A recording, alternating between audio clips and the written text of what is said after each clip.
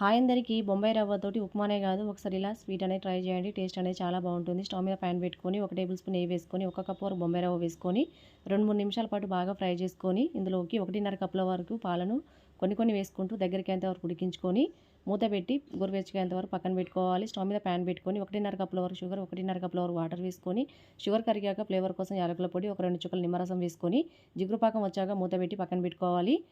పిండి అనేది గోరువెచ్చగా అయ్యాక ఇందులోకి 1 టేబుల్ స్పూన్ వరకు మైదా పిండి, చిటికెడు సాల్ట్, చిటికెడు వంట సోడా వేసుకొని అంతా కలిసేటట్టు కలుపుకొని వీడియోలో చూపిస్తున్న విధంగా ఇలా రౌండ్స్ బాల్స్లా వేసుకొని అన్ని ప్లేట్లో వేసుకొని పక్కన పెట్టుకోవాలి. ఇప్పుడు స్టవ్ మీద డీప్ ఫ్రై సరిపడా ఆయిల్ వేసుకొని ఆయిల్లో సరిపడన్ని బాల్స్ని వేసుకొని రెండు వైపులా తిప్పుకుంటూ మంచి కలర్ వచ్చేదాకా బాగా ఫ్రై చేసుకోవాలి. ఇలా మంచిగా ఫ్రై అయ్యాక మనం ముందుగా పక్కన పెట్టుకున్న షుగర్ సిరప్లోకి వేసుకొని అంతా కలిసేటట్టు కలుపుకొని మూత పెట్టి ఒక 2 గంటల పాటు పక్కన పెట్టుకోవాలి. 2 గంటల తర్వాత పాకాన్ని బాగా పీల్చుకొని స్వీట్ అనేది రెడీ అయిందండి. నోట్లో వెన్నెలా కరిగిపోతుంది. Please like and share, subscribe, support me friends.